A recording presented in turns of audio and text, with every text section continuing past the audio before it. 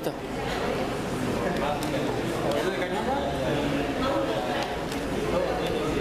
No, no le prende, te voy a prender, porque me voy a explicar. Esto por agua. Sí.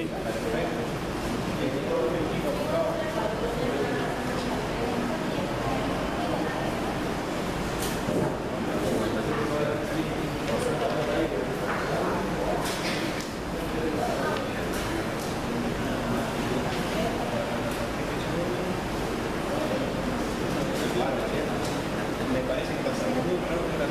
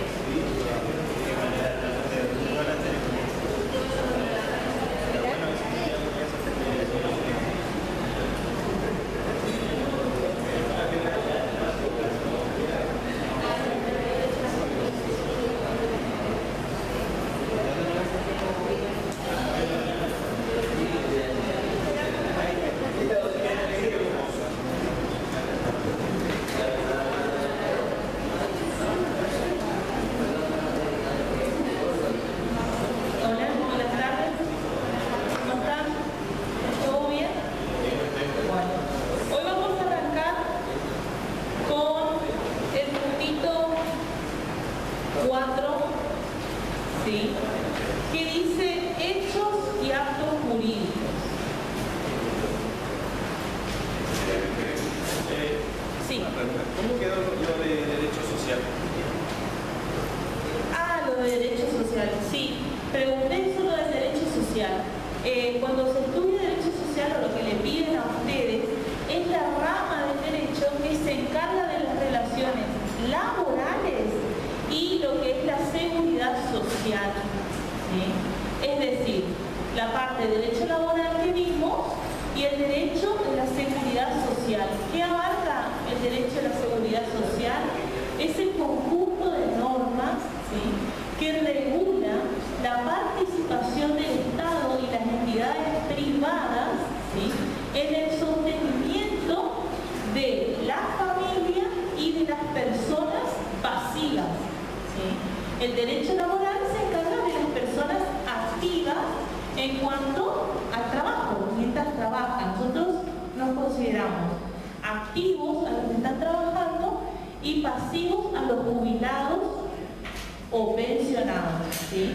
El derecho a la seguridad social abarca ese conjunto de ramas, ¿sí? Eso está después en el apunte. ¿Cuándo va a estar el apunte? ¿Cuánto? ¿Cuándo va a estar el apunte? Eso tienen que preguntarle a Pablo, ¿sí? Él es el que se encarga. Igual el material le van dando y van subiendo a la página, ¿sí? ¿Todavía no subieron? Material no. Esto de las Filipinas que yo leí la semana pasada. Bueno, ahora lo voy a hablar con los chicos porque eso ya está. La vez pasada ya dejé y ahora voy a dejar esto, ¿sí? Bueno, continuamos entonces. Hoy vamos a ver la teoría. Esto, respecto de los hechos jurídicos, actos jurídicos, es una teoría respecto del derecho. Vieron que nosotros en un principio, en las primeras clases, hablamos del derecho, el concepto de derecho, cómo estaba integrado, es decir, los sujetos y el objeto. Nuestro objetivo es que ustedes vean de lo más básico, ¿sí?, cómo se va acomodando seguro en el derecho. Ahora vamos a ver la teoría de los hechos jurídicos y actos jurídicos. ¿Para qué? Para poder encuadrar dentro de estos tres tipos a los contratos. Y después, cuando estudiemos los contratos, poder adaptar la póliza a los tipos de contratos. Por eso se estudia esto. ¿Sí? Porque por ahí van a pensar, ay, ¿qué tiene que ver? ¿Sí? el origen de lo que podría ser después una póliza de seguros, ¿sí? Cuando hablamos de la teoría de los hechos, de hechos jurídicos y actos jurídicos, eso está regulado en el Código Civil, ¿sí? En el Código Civil, a partir del artículo 900, empieza toda esta teoría. Es bastante extensa. Vamos a ir nosotros a la parte que nos incumbe para poder comprender, ¿sí? Primera diferenciación que hay que hacer, que hace la ley, es la más simple, entre hecho y hecho jurídico. ¿Qué? Está todo rayado en mi pizarrón. Me voy a borrar.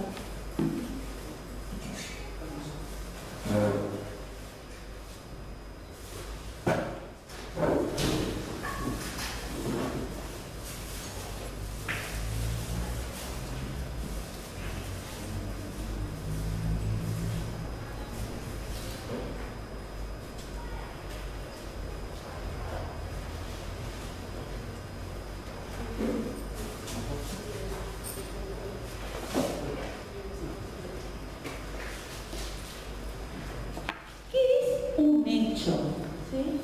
Un hecho simple es un acontecimiento, ¿sí? Una circunstancia que se da en el mundo de la percepción, dicen los autores.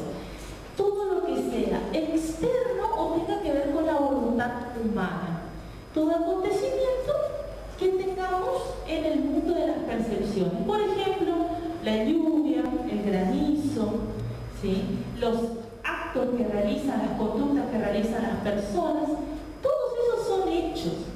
Estos hechos generalmente no toman relevancia, casi me como el micrófono, en el ámbito jurídico. Se escucha igual, no sé por qué pongo tanto, es la falta de costumbre. No toman relevancia en el mundo jurídico, ¿sí? ¿Por qué? Porque son simples circunstancias. Cuando estos hechos toman relevancia, cuando son susceptibles de poder crear, modificar, ¿sí? Transferir, extinguir derechos y obligaciones, ¿sí? El ejemplo más simple que yo doy es el de la muerte. Antes, en la época antigua, en la antigüedad, moría una persona, ¿sí? Se la momificaba, se la enterraba, se la metían en un sepulcro, en una catatumba, lo que fuera, y desaparecía. Y todos seguían la vida como si nada. Hoy en día, eso era un hecho, un acontecimiento. Todos llegaban y se iban a su casa. Hoy en día, muere una persona, ¿sí? Y esa muerte produce de manera automática la adquisición de derechos. Porque la ley nos dice que cuando fallece el causante, fallece una persona, los bienes pasan automáticamente a sus herederos. Entonces la muerte dejó de ser un simple hecho para volverse un hecho jurídico, porque hizo nacer derechos para otras personas. Les voy a dar un ejemplo, otro ejemplo simple. Supónganse que estamos todos acá y en una tormenta, una terrible granizada, se abollan todos los autos de ustedes. ¿Sí? Para la mitad de nosotros va a ser un simple hecho. Vamos a ir a sentarnos mamá y llorar en nuestra casa y quejarnos porque el auto se nos abolló. Pero para la otra mitad va a ser un hecho jurídico. ¿Por qué? Porque tendrán su auto asegurado y el hecho de la granizada, ¿sí?, le va a crear el derecho a percibir la indemnización y va a crear la obligación de la empresa aseguradora a reparar el daño. Entonces, un mismo acontecimiento puede considerarse, un hecho o un hecho jurídico, ¿sí? En cuanto a los hechos jurídicos, tenemos dos grandes categorías que son las principales. Los hechos externos al hombre y los hechos humanos, ¿sí? Los externos y los humanos, ¿sí? Los hechos externos, ¿sí?, o fuera de la conducta humana son todos los eventos naturales, donde no interviene la voluntad humana. La lluvia, el granizo, los terremotos, la tormenta, etcétera, etcétera, etcétera. ¿Sí? Y los hechos humanos, ¿sí?, son aquellos donde tiene participación la conducta humana. Participa el hombre por medio de una acción u omisión. ¿Sí? Muchas veces, ¿sí?, el no hacer también crea derechos. ¿Sí? Ya vamos a explicar eso un poquito más adelante. ¿Sí? En estos dos grandes grupos, ¿sí?, van a ser hechos jurídicos, vuelvo a repetir porque es la única diferenciación, todos los acontecimientos susceptibles de crear, modificar, transferir o extinguir derechos y obligaciones. Dentro de los humanos, que son los complejos, porque los hechos de naturaleza y externos son cuestiones que no se pueden manejar. Dentro de los humanos tenemos dos grandes categorías, ¿sí? Los hechos jurídicos voluntarios, humanos voluntarios, y los hechos jurídicos humanos involuntarios. Involuntarios, no encuentro en mi cuadro. Voluntarios e involuntarios. ¿Sí? ¿Cuándo se considera un hecho jurídico voluntario? ¿Sí? Cuando media la voluntad, valga la redundancia. ¿Sí? ¿Y cuándo hay voluntad? Cuando una persona obra con discernimiento, intención y libertad. Eso dice el Código Civil. Cuando la persona obra con discernimiento, intención y libertad. Si la conducta humana está, ¿sí?, desprovista de alguno de estos tres elementos, el acto no tiene ningún valor. ¿Sí? Vamos a ver eso dentro de un ratito cómo funciona. ¿Qué es el discernimiento? ¿Sí? La ley no lo define, no hay definición de ley. ¿Sí? Se comprende como discernimiento el entender lo que se hace, la facultad, la capacidad de saber y entender las consecuencias de lo que se va a llevar a cabo. ¿Sí? La intención es proponerse lograr ese objetivo. Es el querer realizarlo. ¿Sí? Y la libertad se lo define de forma negativa. Es la realización de la conducta sin violencia o intimidación. La libertad, ¿sí?, es lo que más se ve en los actos de chantaje. Así lo llama la ley, así se conoce. ¿Sí? Los chantajes. Las personas realizan conductas o llevan a cabo actos sin libertad. Saben, lo quieren hacer porque no le queda otra, lo van a tener que hacer, pero su libertad está anulada. Eso vamos a ver en un momentito. ¿Sí? ¿Qué significa que la persona no esté sujeta a violencia? ¿Sí? Cuando habla de violencia la ley, habla de el ejercicio de fuerza sobre las personas o las cosas. Y vamos más allá aún. ¿Por qué? Porque en un principio la ley solamente protegía la violencia que se podía ejercer sobre la persona que va a ejecutar el acto.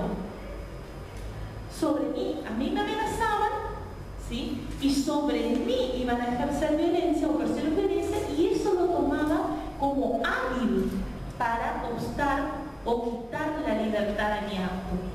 Después la jurisprudencia se dio cuenta y dijo, no, espere, hay muchas veces donde genera más intimidación, más coacción, cuando la violencia se ejerce sobre personas cercanas. Entonces ahí se extendió el criterio. Entonces se considera que habrá violencia cuando se ejerce la fuerza sobre la persona que realiza el acto, sus familiares o sus cosas. ¿Sí? Díganle a un padre de familia que tiene una única vivienda que si no hace tal cosa va a cortar hechos cenizas. Yo le puedo asegurar que lo va a hacer si es la única vivienda familiar. ¿Sí? Entonces se protege esos tres niveles. ¿Ok? Y lo mismo la intimidación. ¿Sí? La intimidación se toma la figura para la intimidación de la amenaza. ¿Sí? ¿Saben lo que es la amenaza? Es, según la ley, fíjense cómo se pusieron estrictos para definir, es la anunciación de un mal futuro, cierto e inminente. Futuro es decir que te va a suceder, ¿sí?, en un tiempo posterior. Cierto es porque te va a suceder sí o sí. ¿Sí? E inminente es que te va a suceder, pero no sabemos en qué momento exacto. ¿Sí? Y tiene que ser de tal envergadura, de tal gravedad, que pueda mover la voluntad de una persona tipo. ¿Sí? Yo siempre doy el ejemplo, los jueces son muy estrictos, porque cuando yo quiero anular un acto y quiero decirle al juez, mire señor juez, a mí, sobre mí, ejercieron intimidación, por eso realicé la donación de 100.000 pesos. ¿Y con quién la amenazaron? Y la amenazaron con que me iban a matar a mi perrito. Muchos se van a reír, ¿sí?, y le va a parecer una exageración, pero muchos son capaces de dar más por su perrito. Eso es lo que estamos haciendo. Es así, la realidad. Depende de la persona. Entonces el juez va a tomar el punto medio. Entonces va a decir, esa intimidación es capaz de mover la voluntad de un buen padre de familia. Eso se refiere a la persona tipo. A la persona tipo. Y a la persona tipo sería considerado como el buen padre de familia, habla la ley. Y va más allá. Si estamos hablando de cuestiones comerciales, de negocios, tal intimidación podría convencer a un buen hombre de negocios. Hay que ver lo que es buen hombre de negocios, y eso va a ser la sana crítica del juez. ¿Sí? Porque no cualquier acto podemos llegar a utilizar como excusa para anular. Acuérdense que por medio, por ejemplo, de los contratos, nosotros regulamos los derechos. Entonces el juez no puede poner cualquier o aceptar cualquier excusa para anular y dejar sin efecto un acto que se realiza. ¿Se entiende? Esa es la importancia. Y hoy por hoy se dan muchísimos casos en la justicia de nulidad de acto jurídico, nulidad de acto jurídico. ¿Para qué? Para anular cesiones de derechos, para anular donaciones, ¿sí?, para anular todo tipo de actos, la mayoría donde se entregan bienes de forma gratuita. ¿Sí? Y se da mucho más gloria. Seguimos entonces. Cuando dijimos un acto jurídico es involuntario porque le falta cualquiera de estos elementos, pierde absolutamente el valor. Deja de ser un hecho jurídico porque el juez le quita valor.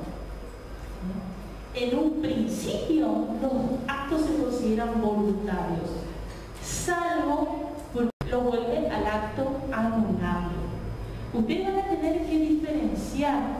cuando después van a ver su póliza, qué es un acto nulo y qué es un acto anulable. ¿Sí? Cuando hablamos de un acto nulo, porque eso se escucha mucho, eso es nulo. ¿Sí? Es nulo cuando tiene un vicio, un error en la forma o en el contenido que hace que no tenga validez. Te doy un ejemplo fácil. Un contrato, ¿sí? Una compra-venta de un inmueble efectuado por un menor de edad. Pasa, se hace, pasa, y luego cuando se dan cuenta es como si nunca se hubiese celebrado. ¿Por qué? Porque tiene un defecto tal que no le pueden dar validez. Celebrado por un menor de edad. Cuando hablamos que el acto es anulable, significa que el acto es válido, salvo que se demuestre algún vicio de la voluntad. Cuando se demuestra el juicio, recién se deja sin efecto. Mientras tanto hay que cumplir. ¿Se entiende la diferencia? Esto ustedes van a ver, se usa el concepto de nulidad, ¿sí? Se usa para las pólizas. Después lo van a ver con Pablo específicamente, la nulidad respecto de las pólizas. Pero ya están sabiendo el concepto. ¿Se entendió el concepto? ¿Sí? Además, dijimos hechos jurídicos humanos, voluntarios e involuntarios. Los voluntarios, los hechos humanos voluntarios, pueden ser a su vez lícitos o ilícitos. Esto es simple. ¿Sí? Cuando hablamos de lícitos, estamos hablando que los actos son realizados conforme a la ley, a la moral, a las buenas costumbres y al orden público. ¿Sí? Y que por ello se produce una adquisición, modificación, transferencia, de los derechos y obligaciones. ¿Sí? Cuando hablamos de lícitos, no sé si ustedes se acuerdan que yo les había dicho en la primera clase, que la frase tan conocida, que todo lo que no está prohibido está permitido. ¿Sí? Si no existe una prohibición expresa, ¿sí?, por la ley de realizar algún acto, yo no puedo realizar. Por ese peligro que había en un principio, de que no está prohibido, aprovecho. Y como la ley siempre corre al sujeto, ¿sí?, la ley siempre va atrás nuestro, porque cuando la ley amparó un caso, nosotros ya nos avinamos y buscamos otra cosa. ¿Sí? Entonces se extendió.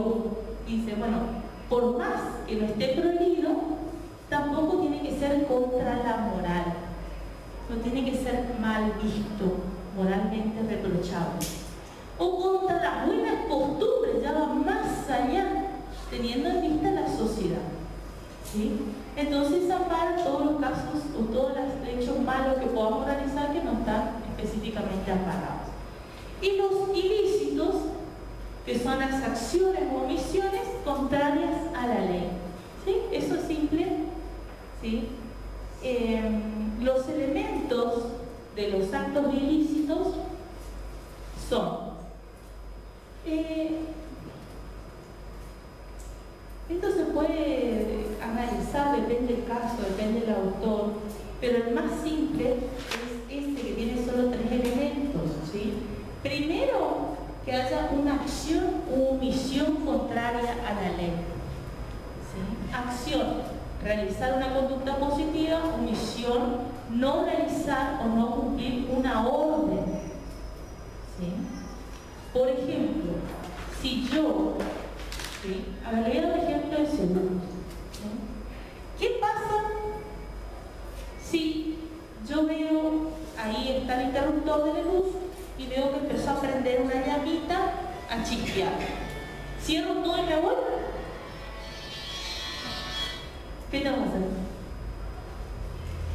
Cortar la luz. No. Realizar todas las conductas posibles para evitar que se produzca el daño o por lo menos, que si se produce, que sea lo menos posible. El deber de salvamento. ¿Escucharon hablar del deber de salvamento? ¿Sí? En los seguros de responsabilidad civil, casi todos tienen el deber de salvamento. Tratar de evitar en lo posible, no está hablando de que uno no se queme para apagar el fuego, sino que en lo posible evitar o minorar los daños. Si yo no cumplo con esa obligación, omito, cierro todo y me voy a llamar a los bomberos, ¿sí? Yo estoy violando, en ese caso, el contrato. ¿Sí? Eso sería una omisión. Esa omisión, ¿sí?, tiene que ser imputable al autor por culpa o dolo. ¿Sí? ¿Qué es el dolo? ¿Alguien sabe qué es el dolo? La intención de causar un daño. Es eso. Yo quiero producir un perjuicio a tal. Y la culpa es cuando se produce un evento dañoso sin esa intención de dañar, pero se obra con negligencia, imprudencia, impericia o falta de ciencia. Son los elementos de la culpa. Cuando el juez condena a alguien en el ámbito civil y dice que tiene que responder porque es culpable, ¿sí?, no dice solo porque es culpable, ¿sí?, tiene que responder por su conducta negligente, ¿sí?, tiene que responder por su conducta imprudente, ¿sí? ¿Qué es negligente? ¿Saben lo que es negligente? Eso se ve mucho, vamos a ver nosotros cuando veamos responsabilidad civil en los casos que analicemos, vamos a ver eso. Negligente es el obrar menos que una persona normal, ¿sí? Es no realizar las diligencias necesarias para obtener un buen resultado. Dejar. ¿Sí? El imprudente es la persona que obra de manera acelerada, apresurada, sin medir las consecuencias del acto, el cual realiza. ¿Bien? Es el típico acelerado, que a veces quiere hacer de más, ¿sí?, y causa un daño. ¿Sí? Hay una diferencia entre la impericia y la falta de ciencia. ¿Sí? Cuando hablamos de impericia, estamos hablando de una persona que realiza una actividad o también algún oficio sin tener conocimiento. Yo, ¿sí?, voy a cometer esa falta, por ejemplo, que si yo sin saber conducir, sin tener carnet de conducir, me subo a un automóvil y me voy urgente al centro, es más que seguro que voy a producir algún siniestro. ¿Sí? Entonces, realizo actividades sin tener el conocimiento que se requiere. Y la falta de ciencia es cuando se produce un daño, una persona realizando una conducta que debía conocerla perfectamente. La mayoría de las mala praxis, lo que se conoce por mala praxis, es por falta de ciencia. El médico debe saber que no puede dejar un bisturí dentro del paciente. El abogado tiene que saber que si deja pasar 6 meses le puede presentar una caducidad de una causa y perderla. Eso es la falta de ciencia, no realizar conductas conforme a lo que yo debería hacer por mi profesión. ¿Sí? Eso es respecto del dolo y la culpa. Y tercero, un daño. Que se produzca un daño, un menoscabo a la persona o a los bienes de otro. ¿Sí? ¿Vamos bien hasta acá? ¿Están muy en silencio? ¿Están durmiendo? Daño podría repetir. ¿Cómo? Daño podría repetir. Sí, es causar un menoscabo, es en la persona o en el patrimonio de otro. ¿Sí? En la persona el tema de la integridad física, la integridad psicológica, la integridad sexual, que son conceptos que se usan mucho en la actualidad. Cualquier daño que se produzca en eso se ve una disminución de menoscabo en la persona. Continuamos.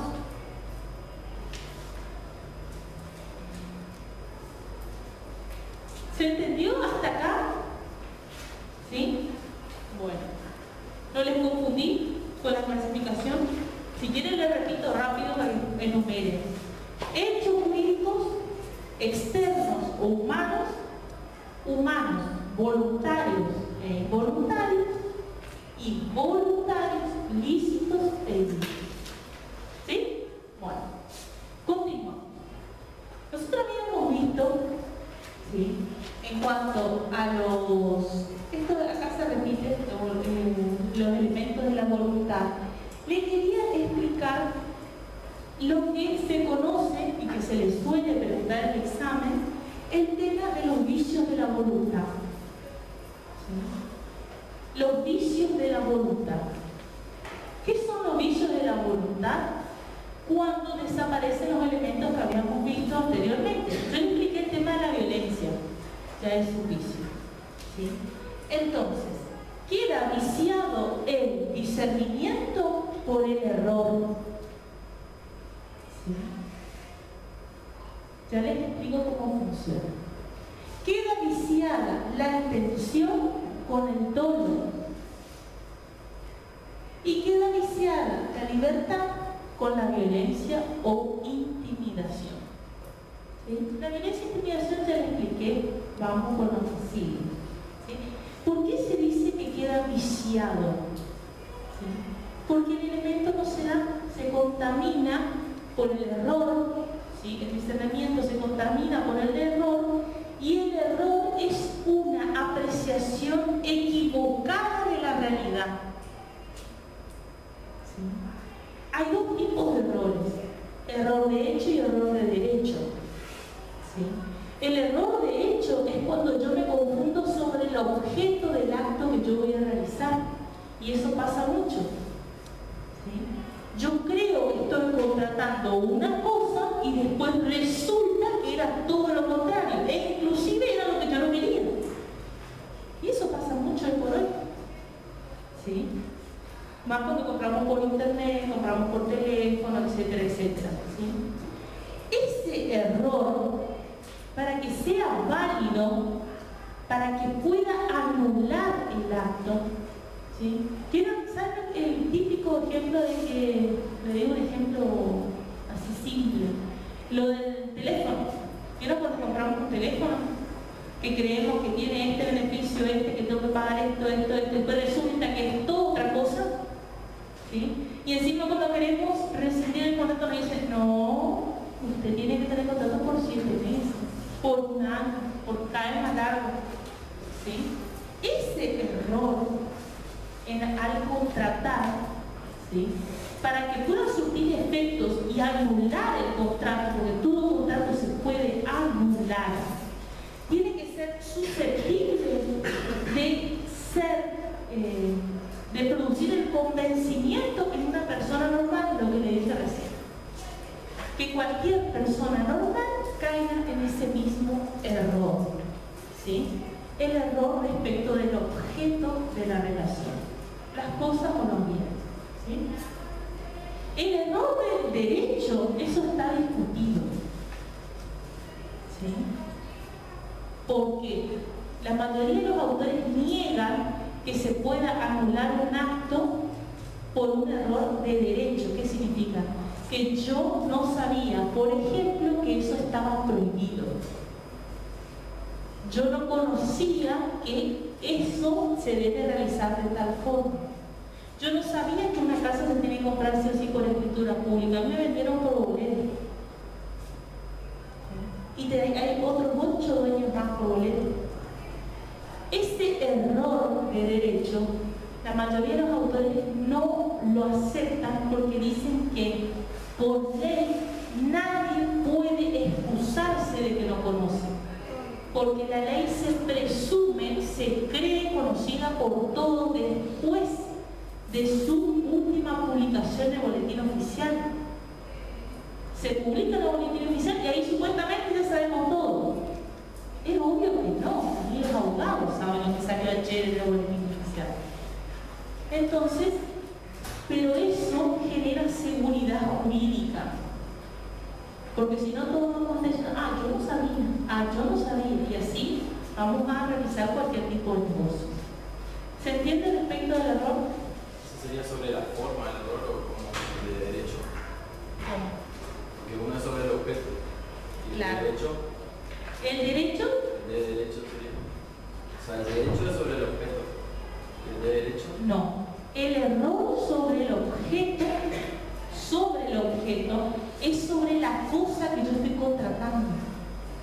No era la cosa que yo creía, no era lo que yo compré. Yo a veces doy el ejemplo del vecino. Viene un vecino, tengo un vecino al lado que es nuevo. Y va y viene con un BMW impecable, negro, fabuloso, espectacular.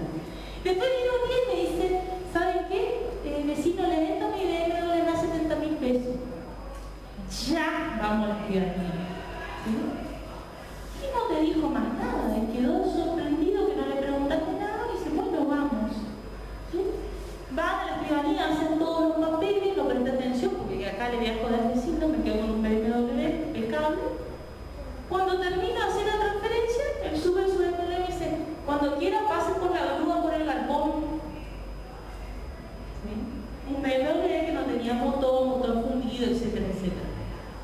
¿Le jodió el vecino al otro vecino? No. Le dijo, le vendo mi BMW.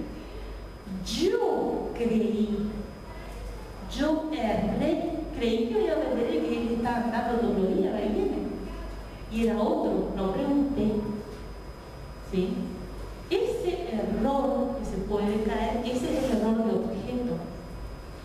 Espérenme un poquito, no me tomen tampoco a la ligera, el ejemplo es muy tonto, ¿sí? Pero la ley también dice que nadie puede anular un acto basándose en la propia torpeza, dice la ley.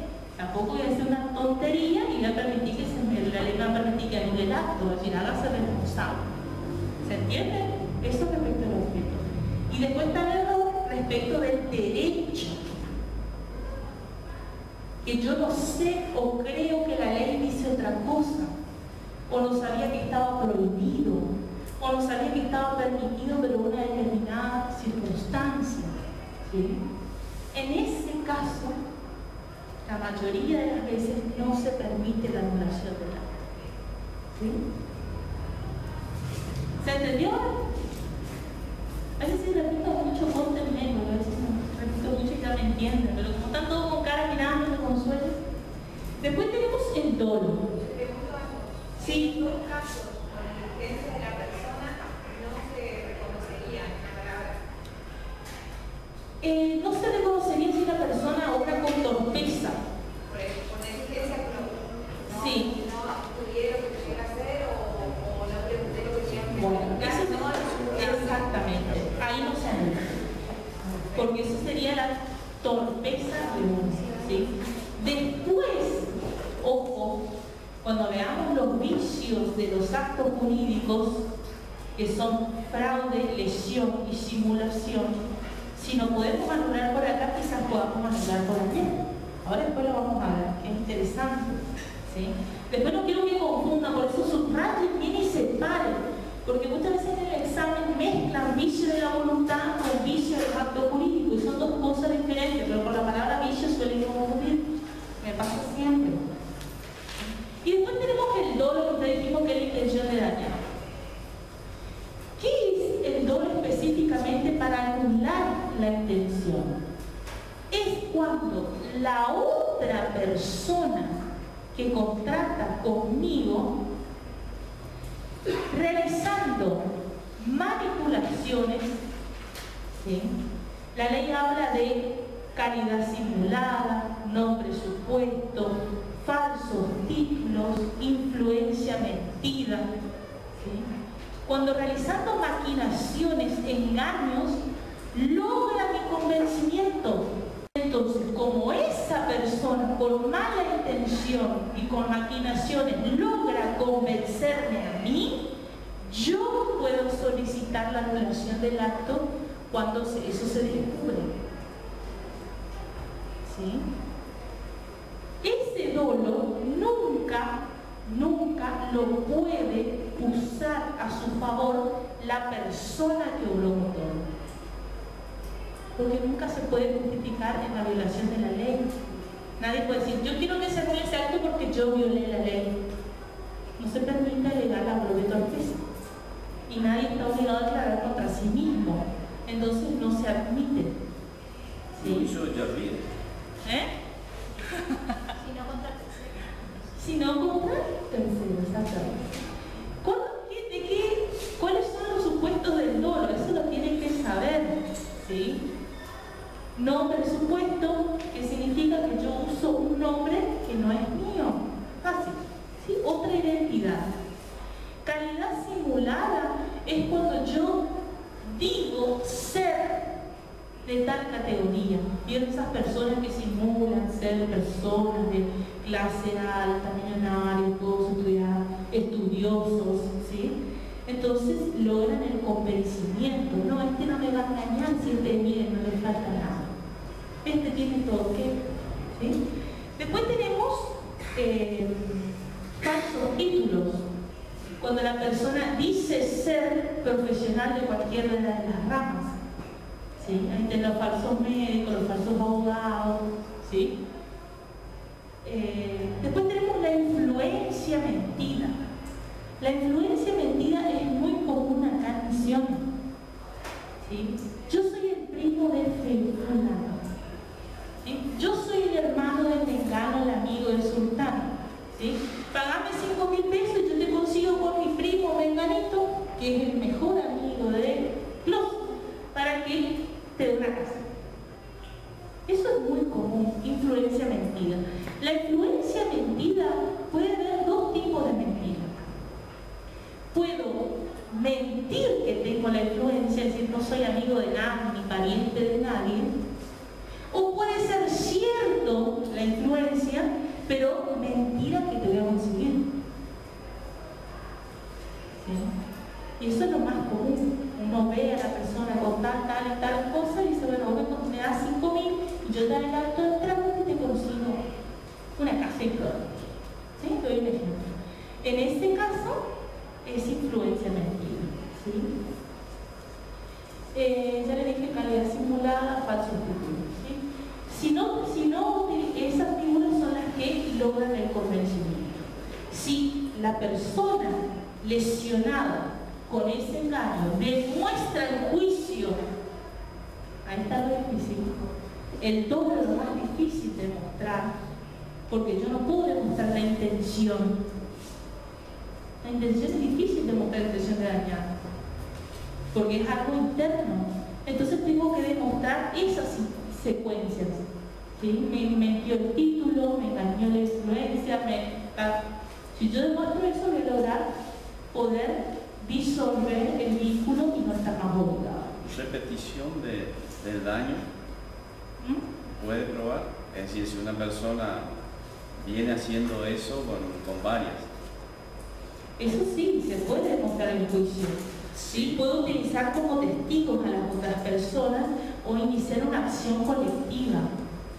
¿Sí? Es decir, yo denuncio, ¿sí? Le hago al juez conocer la nulidad de ese acto y a su vez le solicito que se me indemnice por daños y perjuicios que está ocasionado. Y eso lo puedo hacer yo y las otras personas dañadas, usarlas de testigos, que sean mis testigos, o podemos entre todos iniciar una acción colectiva contra fulano de tal o la empresa tal. ¿Sí? Porque dolo también cometen a veces, como es personal, los directivos de las empresas, o los empleados, o los gerentes, etc. ¿Sí? ¿Se entendió el oficio de la voluntad? ¿Alguna preguntita?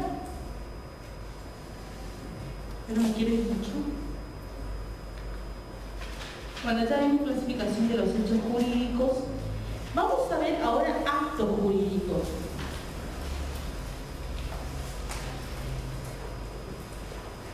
¿Sí? Les voy a leer lo que dice el código como definición de acto jurídico. Es muy similar, muy similar. Es en el artículo 944. Después si lo buscan en los apuntes o en internet.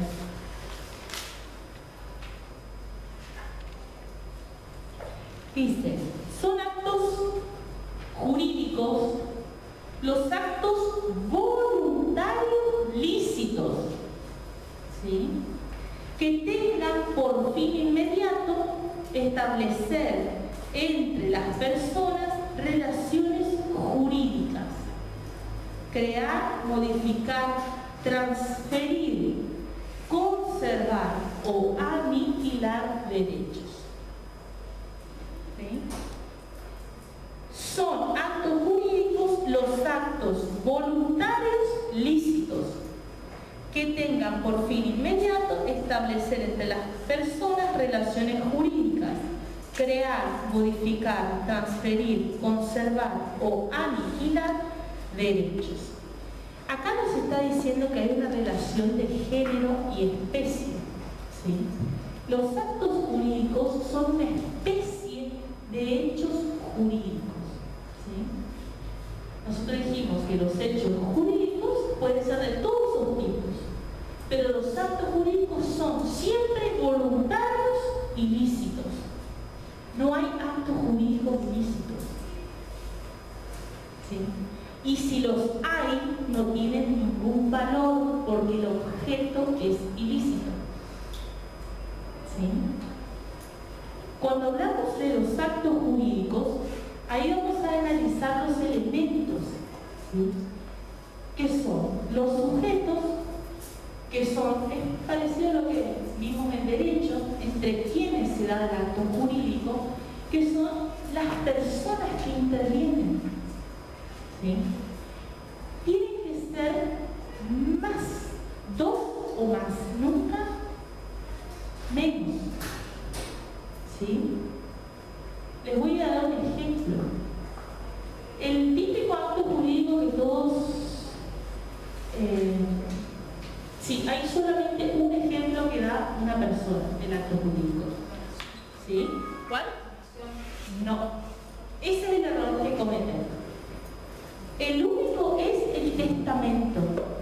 El único es acto jurídico unilateral especial porque no interviene otra persona.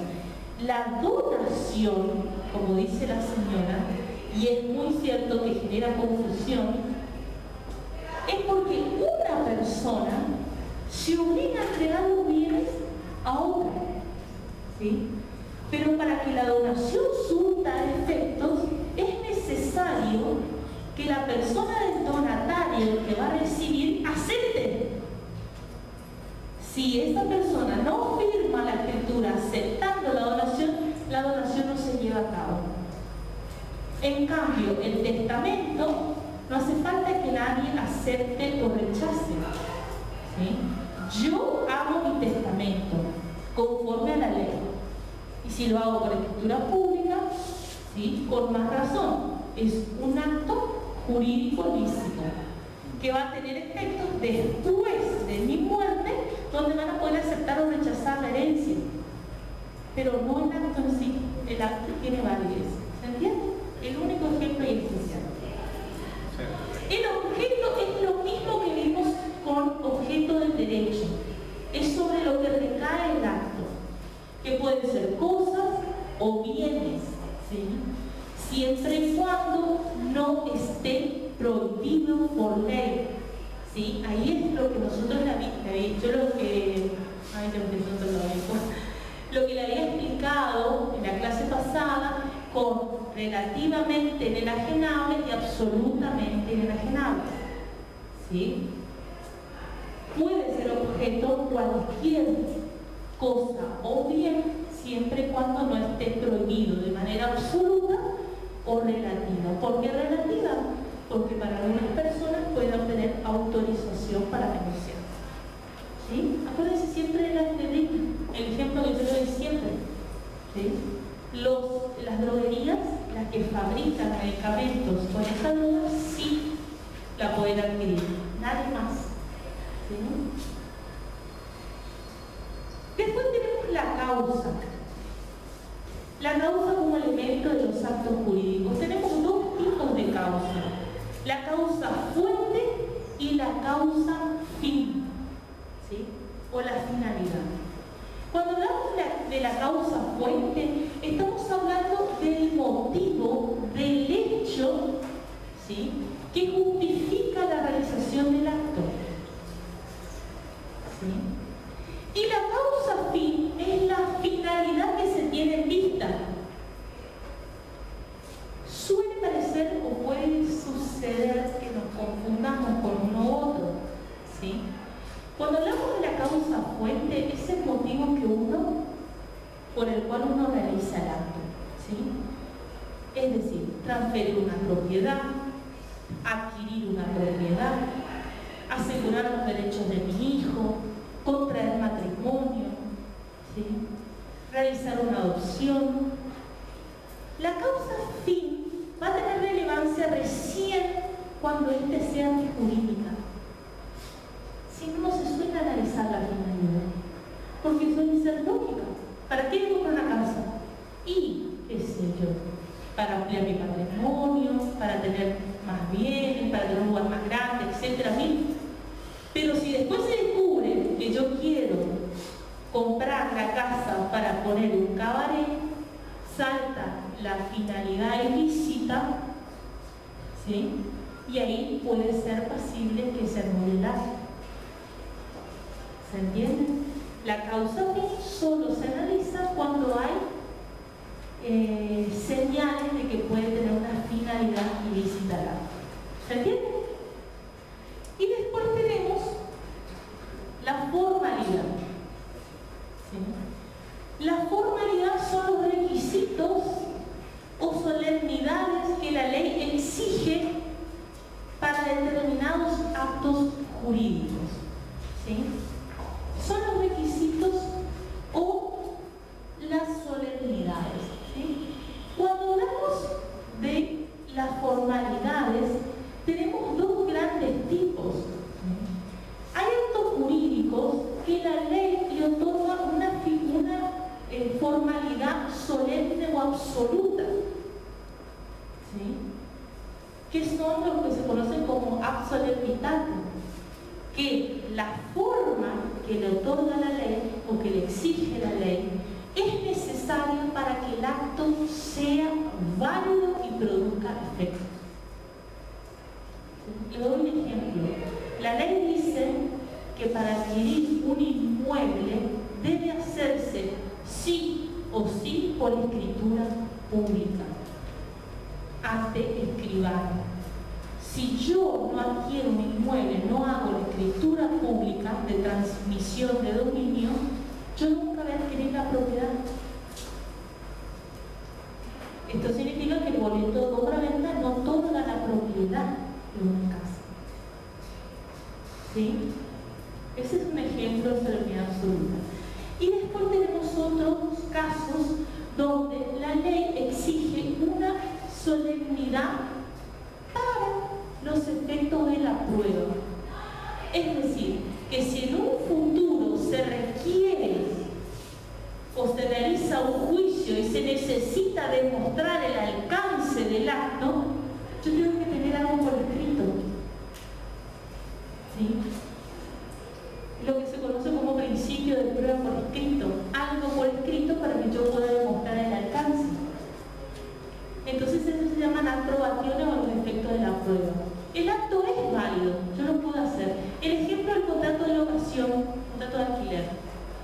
El contrato de alquiler se puede hacer de cualquier forma. ¿Sí? Puedo hacer escrito manuscrito, no hace falta ni que participe ni que certifique un escribano, no hace falta nada.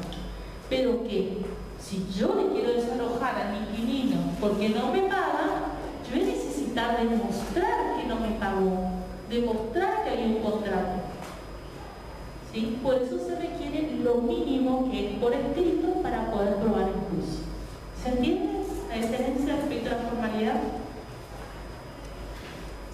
Cuando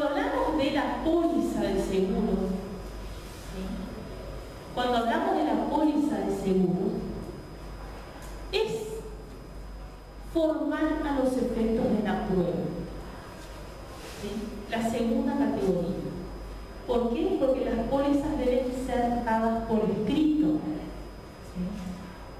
Y cuando hay un juicio de daño y perjuicio por un accidente de tránsito, vamos a ponerlo más fácil, lo primero que se hace es presentar la póliza para saber los alcances que tiene de obligaciones y derechos las dos partes, la aseguradora y la persona que contrata, ¿sí? El asegurado. Entonces sería la segunda. Exactamente, a proacciones o a los efectos de la prueba, la póliza. Ahora yo les pregunto, para salir un poco del tema, ¿qué pasa cuando yo contrato un seguro por teléfono?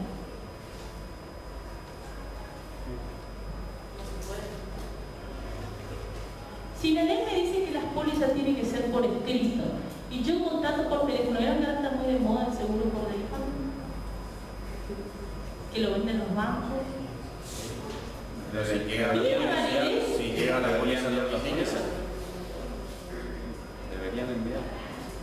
Tendría que recibir las personas la póliza por escrito, porque salvo que te lean por el teléfono toda la póliza, las 50 hojas que tiene, yo no voy a saber el contenido. Y ahora les pregunto otra cosa. ¿Qué pasa si me la mandan por email? Ahí les doy. ¿Qué pasa si me mandan por email? No tiene validez. ¿No tiene validez? Ahora pasa mucho, ¿no? Le mandamos por correo, le llama al banco y dice, necesita un seguro por riesgo personal en la cobertura de tarjeta biosomática, le mandamos por correo electrónico. Salvo que se acepte por escrito las notificaciones por correo electrónico, estas no son válidas. Muchas veces se establecen los contratos antes de firmar que si uno está de acuerdo de recibir notificaciones por correo electrónico, uno acepta, entonces eso es válido. Ahora nos vamos a poner a discutir por el caso de que ¿qué pasa si yo nunca recibo la póliza que supuestamente me mandaron? Ese es un grave problema. ¿Por correo? Por correo o por email, pero yo nunca recibo. Se hace la solicitud de póliza, se emite, la aseguradora acepta, ¿sí? Libra una póliza, pero a mí nunca me llega. ¿Cómo va a tener la aseguradora, cómo va a saber la aseguradora de que yo acepté el contrato? Se graban comunicaciones telefónicas. Eso puede servir de prueba en juicio, pero antes. Porque yo pedí el seguro. ¿Cuánto pagas? Muy bien. El pago. El pago es manifestación de consentimiento. Yo pago, estoy manifestando de manera tácita que estoy de acuerdo con la póliza que me están otorgando. Sin perjuicio de que empiezan a correr los plazos para que yo pueda solicitar la enmienda de la póliza. ¿Se entiende? ¿Y qué pasa en el caso de que uno pague y la póliza llega a los 3 meses? Bueno, el plazo, esa es una cuestión que se puede discutir. Si yo voy a reclamar a la aseguradora me va a decir que no. ¿No es cierto? Va a decir que no, por los plazos. Porque ya pasó 3 meses, con una vigencia, usted ya pagó tres cuotas del seguro, vamos a hablar simple, entonces no hay problema. Pero que la ley dice que los plazos para solicitar una enmienda son a partir de que se recibe la póliza. Hoy en día no hacemos semejante quilombo, pero si yo quiero que me cambien la póliza porque no está de acuerdo, generalmente si hay una agravación del riesgo o el riesgo aseguró no es el que yo tenía, porque es mayor el que yo había denunciado, ahí seguramente me la van a multar. ¿Sí? El tema es al revés. Cuando el riesgo es inferior, yo quiero bajar los costos. ¿Sí? Entonces, de manera judicial, yo puedo obtener esa enmienda, si solicito. ¿Sí? Pero si le pido nomás a la aseguradora, no va a quedar. Ya le estoy hablando de práctica. Eso van a ser ustedes, porque generalmente cuando ustedes, ¿alguien ya trabaja en seguros? ¿Alguien? Sí. Vieron cuando uno trabaja en una empresa aseguradora, hay diferentes tipos. Tú puedes trabajar con varias empresas aseguradoras o trabajar para una en particular. ¿Sí? Cuando uno trabaja para empresas aseguradoras, ellos te capacitan y te dicen cómo tenés que vender los seguros, qué tenés que decir, qué no tenés que decir, cuántos desplazos tenés para mandar, qué documentación podés recibir, qué no podés recibir. Te dan todas las instrucciones, hasta qué criterio tenés que usar, qué color tenés que pintar, etc. En esos casos, ustedes trabajan, ahí ya van a saber que la mayoría de las veces no se le va a aceptar a los clientes. Eso. El tema de las enmiendas. Por menor riesgo, por mayor riesgo sí te acepta porque es una obligación del asegurador denunciar el aumento del riesgo del seguro. ¿Sí? Vamos a volver a nuestro tema. ¿Se entendieron los elementos? Rapidito. ¿Sí? Yo tengo calor, no sé ustedes. ¿Sí? Vamos a terminar con esto. Vamos a hacer la clasificación de los actos jurídicos. Acá le pide la clasificación de los hechos jurídicos, ¿sí? Y nosotros también vamos a dar la clasificación de los actos jurídicos porque a mí se me parece que se le habrá pasado, porque es más importante la clasificación de los actos jurídicos que de los hechos. ¿Sí? Empezamos. Primero, la más fácil, positivos y negativos. ¿Sí? En los actos jurídicos de tipo positivos es necesaria la realización de un acto para que un derecho comience o acabe. Se debe realizar una conducta para que un derecho comience o acabe. Entre medio tenemos todas las otras formas, modificación, transmisión, etc. ¿Sí? En las negativas, por ejemplo, la donación. ¿Sí? Ahí le doy ejemplo la donación. O el contrato de seguro. Se tiene que aceptar para que empiece a producir efectos. Los negativos, donde es necesaria la omisión de un acto para que se produzcan derechos, ¿sí? O se modifiquen o que se extingan. ¿Sí? Por ejemplo, la violación de una norma de tránsito produce un siniestro, ¿sí? Y ahí nace el derecho a indemnizar. Yo omitir respetar la norma de tránsito. Después tenemos unilaterales, el único caso especial, el testamento, cuando para formarlo basta la voluntad de una sola persona para formarlo y que produzca efectos. ¿Sí? Ejemplo, el testamento. ¿Sí? Después los bilaterales, cuando se requiere el consentimiento unánime de dos o más personas. Ahí tenemos también, por ejemplo, el contrato de seguro. ¿Sí? La aseguradora y el tomador. Tomador solito o tomador asegurado.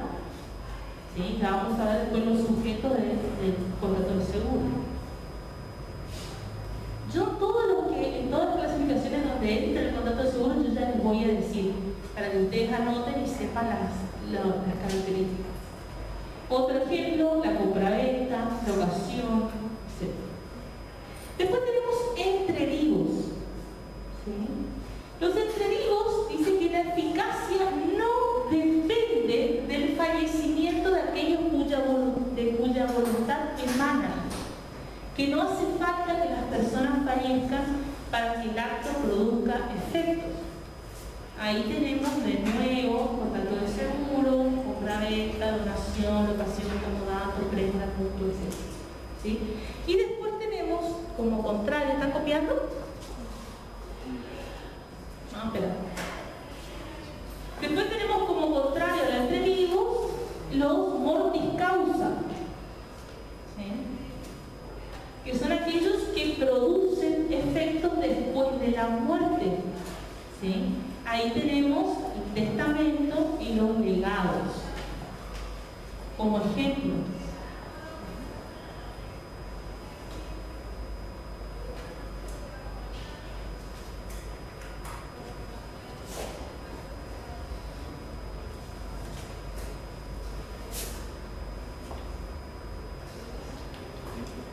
¿Listo? Muerte causa o de última voluntad es lo mismo. Es lo mismo. ¿Sí? De última voluntad o muerte causa. Después tenemos los formales. ¿Sí? Eso es lo que vimos hoy. No vamos a complicarnos con esto. ¿Sí? Tenemos formales, absolutidades o aprobaciones, ¿sí?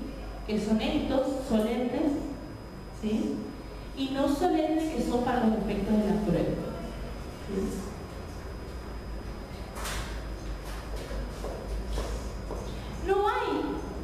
No hay contratos.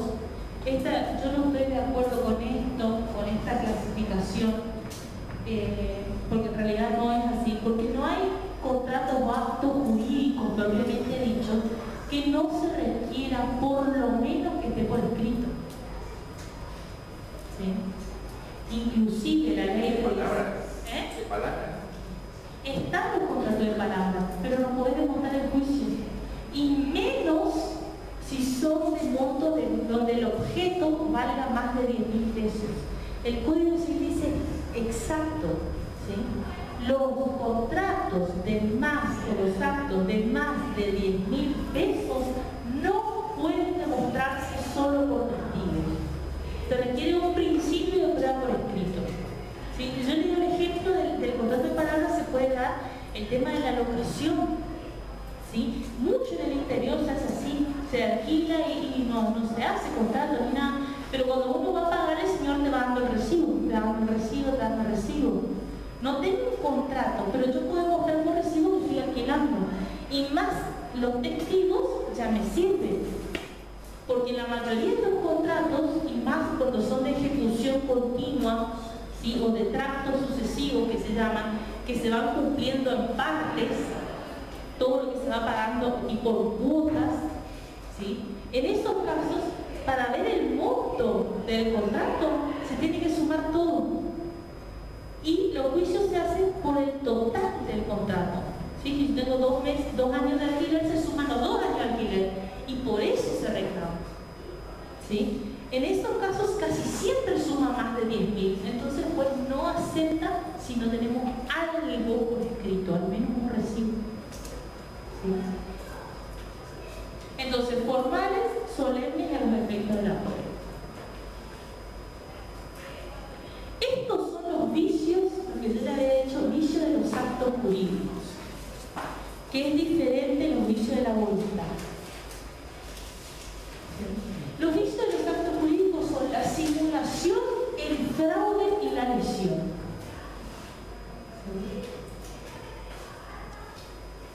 Estos 3 institutos creados por el derecho, porque son creaciones legales, hacen que los actos jurídicos puedan ser anulables. ¿Sí? En principio son válidos, pero pueden anularse. Cuando hablamos de la simulación, ¿sí? La ley da una definición y dice, tiene lugar cuando se encubre el carácter jurídico de un acto bajo la apariencia de otro acto, o el acto que se realiza tiene cláusulas que no son verdaderas, o cuando por él se constituyen o transmiten derechos a personas interpuestas, que no son aquellas para quienes en realidad se constituyen o transmiten. Les voy a explicar.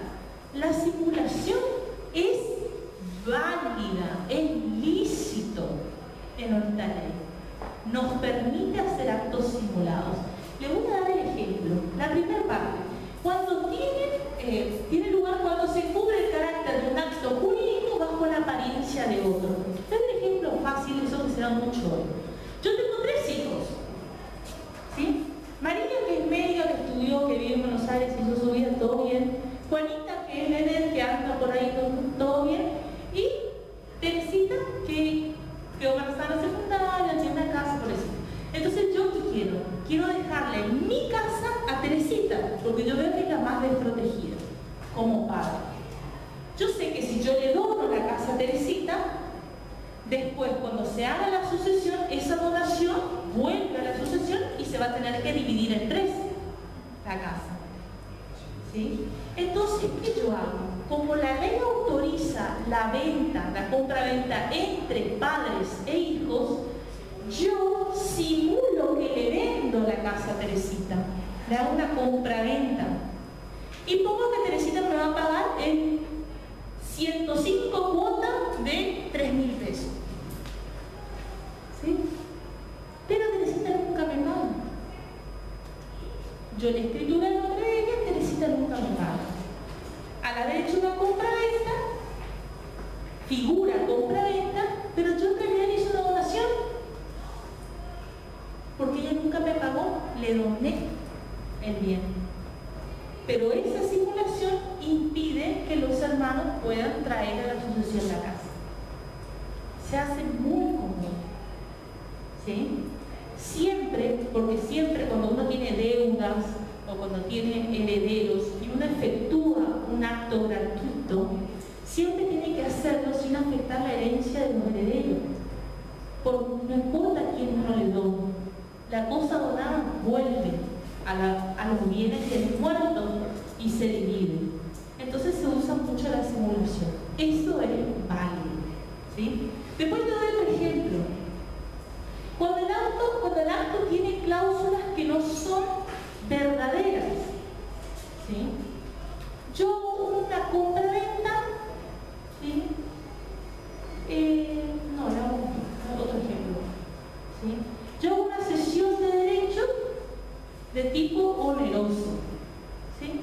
Es decir, yo le cedo mis derechos sobre una propiedad a fulano de tal y pongo en una cláusula, ¿sí?, que esta persona tiene el encargo de cuidar a mi abuelita hasta la muerte. ¿Sí? Mentira, mi abuelita ya está allá hace rato, ¿sí? Pero yo lo que quiero es darle un carácter oneroso para que no parezca una donación.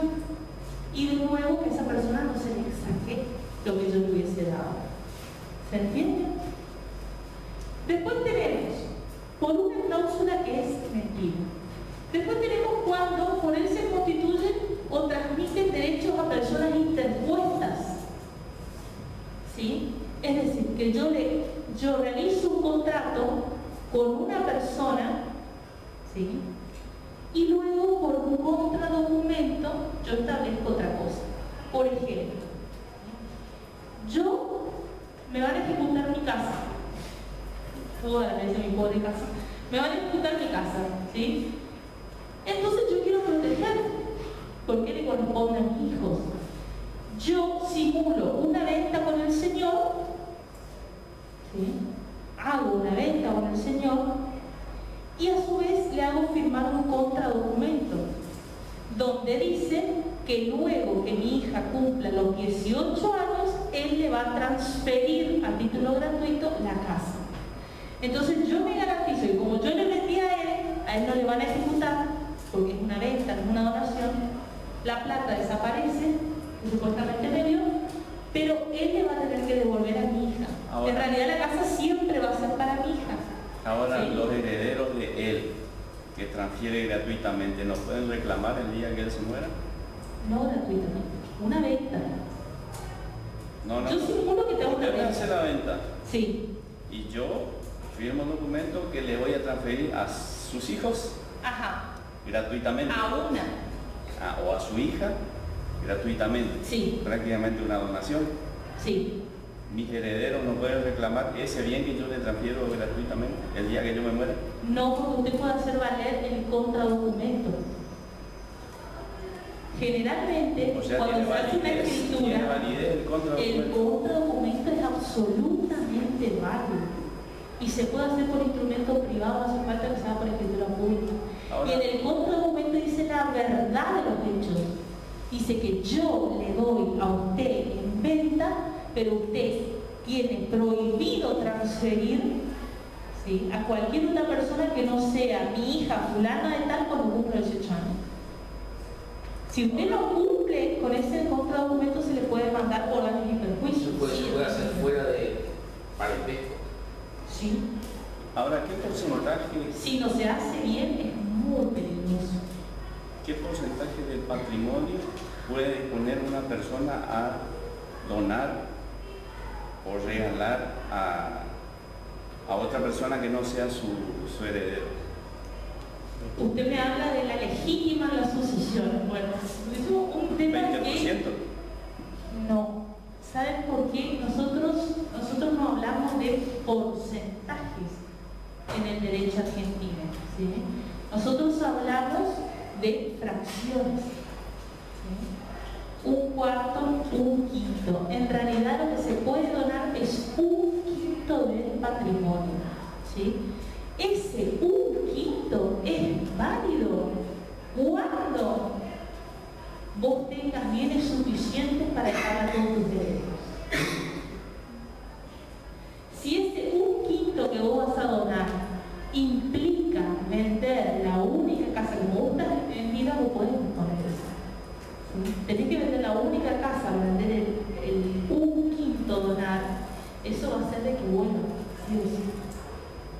Se tiene que dejar la misma cantidad de bienes para los herederos y si sobra en el exceso de bienes, solo un quinto. Es muy complicado donar acá en lo que es en cuanto al derecho a sucesiones en Argentina. Nosotros en Argentina casi no tenemos libertad para testar, prácticamente no existe, no se utiliza en el testamento, ¿sí? Porque tenemos una ley tan rigurosa respecto a lo que le corresponde a los herederos, porque la ley te dice que es lo que le corresponde, que vos para poder donar tenés que tener una causa de desheredación prácticamente, porque todos los bienes están colapsados por la sucesión. Entonces por eso se usa mucho la simulación, ¿sí?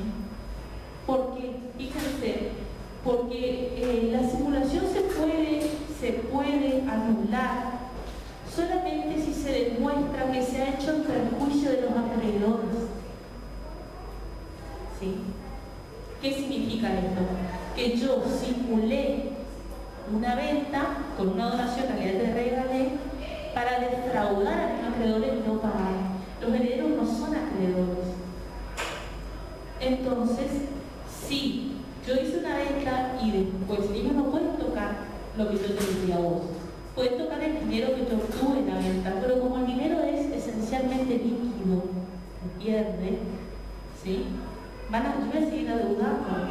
Entonces, si ellos demuestran la simulación, se puede volver hacia atrás, ¿sí? Se puede anular, ¿sí? Pero en el caso de los herederos, en el caso de los herederos, siempre prima la primera figura, que es la compraventa. ¿Sí? Si alguno de ellos quiere poder mandar a la sucesión, primero va a tener que pedir la nulidad del acto jurídico, tratar de demostrar ese vicio, ese perjuicio, esa intencionalidad del perjuicio, y si el juez lo admite, sí se va a anular. Esas son nociones muy específicas de sucesión a lo que no acá. ¿Sí? No sé si me respondo. Después tenemos el otro, que es el fraude. ¿Sí? ¿Qué es el fraude? Dice que cuando el deudor vende, transfiere, transmite todos sus bienes con el fin de evitar su ejecución por deudas contraídas con anterioridad. Los acreedores pueden iniciar la acción revocatoria para anular las ventas. ¿Qué significa? Si yo debo a 5 personas 100.000 pesos cada uno y yo tengo una casa que cuesta 500.000 pesos, ¿Qué significa? Que la garantía de ellos es mi casa. ¿Sí? Si yo vendo la casa y hago líquido el dinero, que no lo pueden encontrar, los acreedores, viendo esta circunstancia, pueden pedir al juez la revocación, ¿sí?, por fraude. ¿Sí? Eso es muy fácil de demostrar. ¿Por qué? Porque uno ve que se están venciendo las deudas y que te van a ejecutar, entonces yo procedo a vender. Entonces el juez le va a preguntar, ¿y por qué usted vendió ahora si usted tiene hace 30 años esa casa y nunca vendió? Ahora que debe. Entonces vuelve para atrás, ¿sí?, vuelve la propiedad para atrás y ellos ejecutan ese cobro. ¿Sí? Eso es el fraude, lo que se conoce por fraude en derecho civil. Nosotros tenemos fraude en derecho civil, no quiero que se confundan, por eso lo voy a explicar. Fraude en derecho civil, fraude en derecho penal y fraude en seguros. Esto es fraude en derecho civil. Fraude en derecho penal es obtener bienes ajenos de manera indebida. Le digo así simple para que entiendan la diferencia. Y fraude en seguros es la realización de actos con la intención de obtener indemnizaciones indebidas. No confundamos. ¿Sí? El fraude en seguros es una causa de nulidad. ¿Sí? Si se demuestra. Si se produce luego del siniestro, ¿sí?, no hay ya de entrada, ¿sí?, ahí se puede llegar a producir la rescisión del contrato por parte de la empresa aseguradora y por ende la pérdida del derecho a la indemnización. ¿Sí? Es diferente. Le aclaro para que no confunda, porque me van a poner este concepto en el examen y no es fraude en seguro. Es la utilización de maquinaciones para obtener indemnizaciones indebidas. ¿Sí? Le doy ejemplo: asegurar un auto que ya estaba siniestrado, ¿sí?, agravar los daños causados por un siniestro, estar de acuerdo con los peritos para que te den daños mayores, para obtener una indemnización mayor. Eso hay que comprobar. ¿Sí? Pero esas son causas de fraude en seguro. Eso le doy la diferencia. Por eso le digo, si yo, le doy un ejemplo, intento hacer fraude de entrada contratando una póliza por un auto que ya había sufrido un siniestro, y si se descubre antes que suceda el siniestro, eso es causa de nulidad del contrato. Se anula y queda sin validez. Pero si yo produzco luego del siniestro el fraude, por ejemplo, abollo la parte del arte, entonces le empiezo a dar con un martillo para que se rompa más, ¿sí?, en esos casos, si se destruye, si se descubre, es causa de rescisión del contrato, ¿sí?, y pérdida de la indemnización. No nulidad, todo lo anterior era válido. ¿Sí? Y por último, para terminar hoy con esto, tenemos la lesión, otra figura creada por el derecho. ¿Sí? La lesión es cuando una de las partes, una de las personas que forman parte del contrato, aprovechándose de la necesidad, la ligereza o la inexperiencia de la otra, la lleva a celebrar acto jurídico que para él es perjudicial. ¿Sí? ¿Vieron lo que nosotros vimos por el dolo? Una cosa es el dolo como vicio de la voluntad, que me engaña para que yo celebre el contrato. Y otra cosa es cuando esa persona se aprovecha de mí. ¿Vieron que existen esas personas apresuradas, aceleradas? ¿Sí? Si yo demuestro, doy un ejemplo simple. Yo tengo a mi madre que necesita una prótesis para la pierna que vale 200.000 pesos. Y no tengo un centavo, me quedé sin trabajo, no sé dónde sacar y estoy desesperada. Y viene el médico y dice, ay, qué pena, dice. Pero usted no tiene una linda casa allá, ¿por qué no vende? ¿Sí? Y la persona desesperada dice, bueno, obviamente, ¿sí? Bueno, yo justo acá tengo 200.000 y la casa vale como 400. Si es para un paro, quizá para un hijo, por más razón, la persona lo va a vender. Entonces yo obtengo un beneficio desmedido aprovechándome de la necesidad de esa persona. Y le doy justito para la prótesis, va a tener que comprar los clavos. ¿Se entiende? Eso sucede muchas veces. ¿Sí? No digo por los médicos, en general. Entonces, o lo mismo pasa con el chico que quiere su primer auto, cuando son muy chicos. ¿Sí? ¿Qué quiere? ¿Sí? Va, compra cualquier cosa, entonces del apuro, del acelere, de la falta de conocimiento, adquiere algo que está causando un perjuicio, quizás paga algo por lo que no vale. ¿Se entiende? Esa es la teoría de la lesión. Si se demuestra esto, se puede anular el acto público. ¿Sí? ¿Se entiende la diferencia? ¿Alguna pregunta hasta acá? Yo, de la clase anterior, los objetos corporales, cosas, los incorporales, como son objetos materiales, como son la vida, inmateriales, como son la vida, el honor, la libertad. No, derechos. Los objetos inmateriales son siempre derechos. ¿Sí? Derecho a la vida, derecho a la libertad, derecho. Los objetos inmateriales siempre van a ser derechos. Le voy a dar un ejemplo. ¿Sí? No es lo mismo tener $10.000 en mano, que es una cosa, objeto material susceptible de valor, que tener una letra de cambio o un pagaré por $10.000.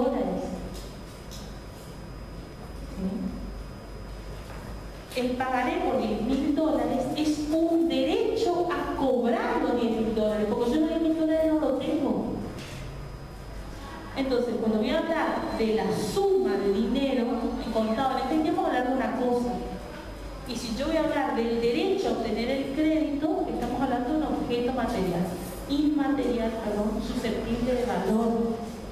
Todo lo inmaterial siempre se considera los derechos y los créditos que se tienen. ¿Me explico? ¿Sí? Pero dice, el género es el bien y la especie es la cosa. Exacto. ¿Por qué? Porque tenemos muchos tipos de bienes. Tenemos muchos tipos de bienes. Y entre esos tipos de bienes tenemos las cosas. ¿Sí? Está dentro de la clasificación, no es independiente. ¿Sí? Es una mala expresión que usa el código. El código lo podía hacer más fácil, pero bueno, en esa época que se le ha ocurrido así. Por eso dice, te confunde, te da la definición de cosas y después te dice, los bienes son los objetos inmateriales susceptibles de tener valor, también las cosas. Ah, y también las cosas. Entonces te dice, el todo son los bienes. Tenemos diferentes tipos de bienes y dentro de una pequeña clasificación tenemos las cosas. Tenemos bienes públicos del Estado, donde el Estado es propietario conforme al imperio y todos los ciudadanos somos copropietarios, por ejemplo las plazas, las playas públicas, ¿sí? Que todos somos dueños y no se puede transferir teóricamente, no se puede transferir y enajenar de manera unilateral, ¿sí? Sino por medio de mecanismos que establece la ley. Tenemos los bienes privados del Estado, de los cuales el Estado puede disponer libremente de esos bienes, porque se lo considera como cualquier particular de nosotros. ¿Sí? Después tenemos los bienes que son susceptibles de apropiación, que no son de nadie, porque no están inscritos a nombre de nadie, pero cualquiera que los halle, que los encuentre o se pueda apropiar de ellos es el dueño. Ahí tenemos las fuerzas de la naturaleza, las especies del mar, todas las especies animales que son los que no tienen dueño. Y después tenemos los bienes privados de los hombres, que son los que nos pertenecen a todos nosotros. Y ahí tenemos las cosas. ¿Sí? ¿Se entiende? Algunas